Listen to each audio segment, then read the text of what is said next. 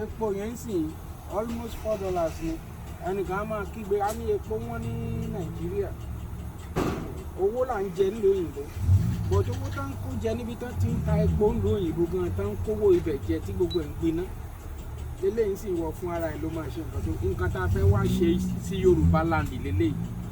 ẹ̀yin tẹ́ẹ̀dẹ̀ ń kówó oúnjẹ ẹ mọ̀ pé tẹ́ bá ti dé ìlú òyìnbó ẹ̀yin fúnra yín lè ṣe gbogbo kinní ìwọ̀n mi ò wá mọ̀ nǹkan tó le ká ṣe ná 24/7 kéèyàn lè máa ṣe gbogbo eléyìí kó mọ̀ sí wàhálà mi ò mọ̀ tó le ńbẹ̀ torí pé ẹ mọ̀ ọ̀rọ̀ yín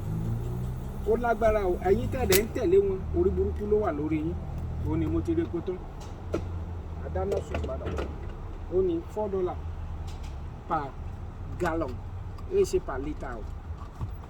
mo ti ra gáàsì gbé èyí ṣe gáàsì yẹn ń dáná stóòfù.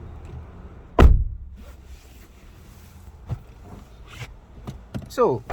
bàtà bá ń sọ pé káyé ó dáa fún tẹrú tọmọ kì í ṣe torí wípé bóyá èèyàn kan ṣe kinní kan gbà kan wọkọ ẹ wo owó tèmi fi repo yẹn kó jẹ́ pé ìlú mi ni mo wá ná sínsìn $4 per gallon mo iye tí mo ti rẹ mo dẹ̀ ra epo olólépo yẹn jẹ́ bẹ́ẹ̀ mo ra 10 gallon ẹ ṣírò ẹ̀ 10 gallon.